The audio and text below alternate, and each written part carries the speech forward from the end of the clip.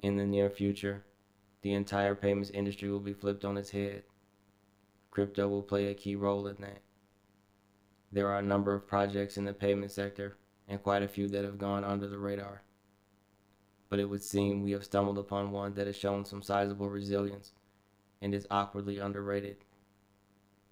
You are now tuned in to ShookFocuz. And it is time. Previously on ShookFocuz. Nope, wrong one. Dang, where'd it go? October 29th, Coinbase to integrate Visa Direct to deliver real-time account funding for customers. Now we got Coinbase and Visa. So now we're looking at the more public sides, right? So we got work happening on the crypto arms, if you will, and now we're seeing that show up on the other side. We got Coinbase to integrate Visa Direct to deliver real-time account funding for customers. You get that liquidity, and now you can, oh my gosh, check this out. It's time to shake the focus up. Sick of being sick and tired, tell me if you had enough. Yeah, it's Shooks in the building now, we ain't missing nothing. We gon' catch you if they kind of rough. What is good, y'all? What is good? Thanks for tuning in and welcome back to another episode. And this one got some heat, man, so we finna get straight to it. We ain't finna waste no time, but we're kicking this thing off back on the article discussing VTAP. There's a couple things here that I wanted to look over again. Visa, a global leader in digital payments, is helping to bridge existing fiat currencies with blockchains through the Visa Tokenized Asset Platform, VTAP, which is a new product designed to help financial institutions issue and manage fiat-backed tokens on blockchain networks. And we know that this tech is already being used. If we take a look at the Revolut app, I personally haven't used it, but it does exactly what's described there. It bridges fiat to blockchain using that Revolut ramp. And we know that Onyxcoin is now on that ramp, so there's a good chance that Visa might be familiar with it. But moving right along here, let's scroll down to the benefits portion. VTAP is a cutting-edge solution developed by Visa's in-house blockchain experts. The platform is a B2B solution designed to enable banks to bring fiat currencies on-chain in a safe, seamless, and efficient manner. Now you're going to notice a trend as I get through these next chunks here, and let's see if somebody catches on. Shout out to Black Roo. Under easy integration, VTAP provides a platform for banks to mint, burn, and transfer fiat-backed tokens, such as tokenized deposits and stablecoins, and experiment with use cases. This is available in a test environment with plans to support live programs in 2025 and when participating banks are ready to launch with end customers. Down to programmability. VTAP is designed to enable banks to use their fiat-backed tokens with smart contracts. Interoperability. Visa's vision is to enable interoperability across different blockchains for banks utilizing VTAP platform. Bank. You don't see nothing in here about retail except for the part where it says when participating banks are ready to launch with end customers. And we don't even know who those end customers are, right? So this is definitely about the banks. And it makes sense because Visa's business runs through the banks. So it makes sense that their blockchain solutions would also be for the banks. Let's talk about that for a second. This is how we know the prices of some of these assets will go up eventually, because there's some retail who are buying these cryptos and they have no idea what they are or what they for. So if they don't make money in a day or two, they just let them go. But then there's others like the ones in the focused army who already know that these protocols and tokens are not like for us necessarily. They're for these businesses and the automation that's going to come behind these processes. And eventually the businesses will need them. So the price is going to go up and all the hodlers are going to start selling them. Or either that or the project is just going to get bought up, right? So this next piece is what really made me want to look into this again, though. BBVA has been working in the VTAP sandbox throughout this year and has been testing core VTAP sandbox functionalities, including the issuance, transfer, and redemption of a bank token on a testnet blockchain, as well as interactions of the token with smart contracts, with the goal of launching an initial live pilot with select customers in 2025 on the public Ethereum blockchain. Now that sounds exactly like Onyxcoin to me. Let's go straight to the white paper, shall we? From the conclusion, Onyx DAO is governed and controlled by Onyxcoin XCN holders and stakers who can vote on the protocol improvements and changes through the Onyx governance module. These features are accessed through the Ethereum public blockchain network and use permissionless smart contracts to interact. Huh? Interactions of the token with smart contracts and a pilot launching on the Ethereum blockchain in 2025. Okay, yeah, we had all that right.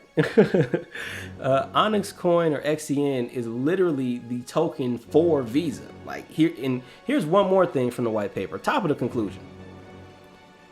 This paper has presented the Onyx protocol, a design for a shared multi-asset cryptographic ledger that can underpin modern financial networks. Hello, Visa, VisaNet. Man, look, it's we are so not done though. We are so not done. We just getting started. Who ready to turn up real quick? Because I know some of y'all was like me at first. Like, hold up. But what's that BBVA thing that you just skipped over? Don't even worry about it. I got you. As was probably your first guess, BBVA is a bank. It does what seems to be its largest amount of work out of Spain, where it gets a lot of praise for digitization and sustainability. Now, where it gets interesting is that its American division was acquired by PNC in 2021. And you know we got to ask, right? Well, who owns PNC? That would be PNC Financial Services Group. And it turns out PNC Financial Services Group is a publicly owned and traded company with the largest shareholders being Vanguard and BlackRock. Does something look familiar here? Does something look familiar here? I'm telling y'all, this the focused army, bro. So, addressing this 2025 business, I have to be honest, this is where it could get dicey with this project.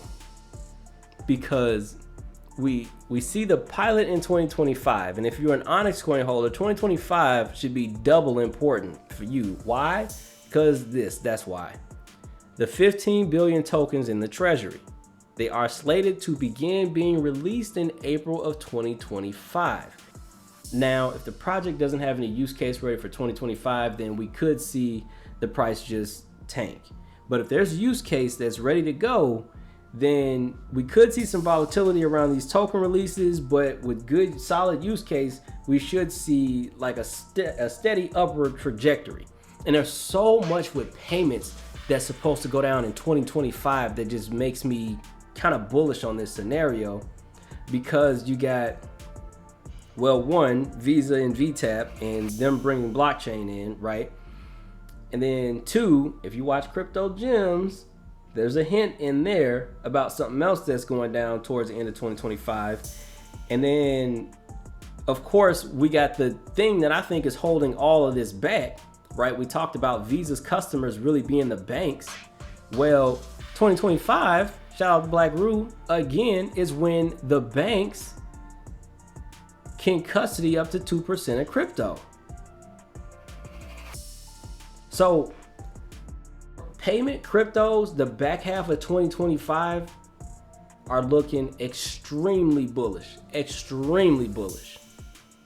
Like everything with Visa right here, they are waiting for the banks. So if you're in payment cryptos, that's really what the call is. If you're in payment cryptos, you are waiting for the banks. XRP, you waiting for the banks. XLM, they're like, oh, that's the retailer's coin. But guess what? Retail still needs to move money, so you waiting for the banks. Swift coin, you waiting for the banks. Right? If you're in these payment cryptos, you're literally waiting for these folks who move money to be allowed to custody them. And right now, we're waiting for 2025 for that to happen. The thing I'm getting to is simply the idea that the people who say that Ripple is somehow, your word, the devil, it's because we're partnering with the man. We decided if you want to enable an internet of value, you got to connect the repositories of value. And the repositories of value are the banks. So I figured it'd be okay to go ahead and end this one with a little trip down memory lane. just for a little reminder of how much money this project is capable of touching. And we haven't talked about it on this channel before, so I feel like it's okay. But going back to the days of Chain, how an iconic jewelry brand became infinite on the blockchain through a strategic partnership with Chain. Became infinite on the blockchain. Powerful words, man. World-renowned jewelers sold out 250 NFTs priced at $50,000 a piece within minutes. Let's see. Let's scroll on down here, man. And this is, again, it's nothing new if you're familiar with the project, but I think it's a nice little story, and, you know, it's cool. Client background. For nearly 2 centuries, our partner has been the leading design house in luxury retail. The traditional North American jeweler, renowned for his artisanship, is at the forefront of innovative design, handcrafting the finest pieces for high-end clients around the world. The company's executive vice president of product and communication is known for taking a forward-thinking approach for the brand by developing next-generation products for his clientele. He demonstrated his enthusiasm for the crypto community earlier this year by collaborating with the leading blockchain software solution company, Chain, to release a one-of-one pendant for one of the most coveted NFT collections, CryptoPunks.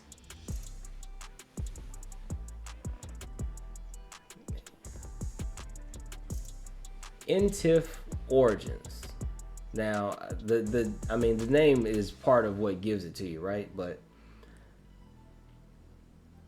the creation of NTIF was conceived on Twitter when the luxury brand's executive leadership shared a photo of his CryptoPunk in the form of a gold pendant, encrusted with hand-selected diamonds. So, NTIF Origins. The creation of NTIF was conceived on Twitter when the luxury brand's executive leadership shared a photo of his CryptoPunk in the form of a gold pendant encrusted with hand-selected diamonds.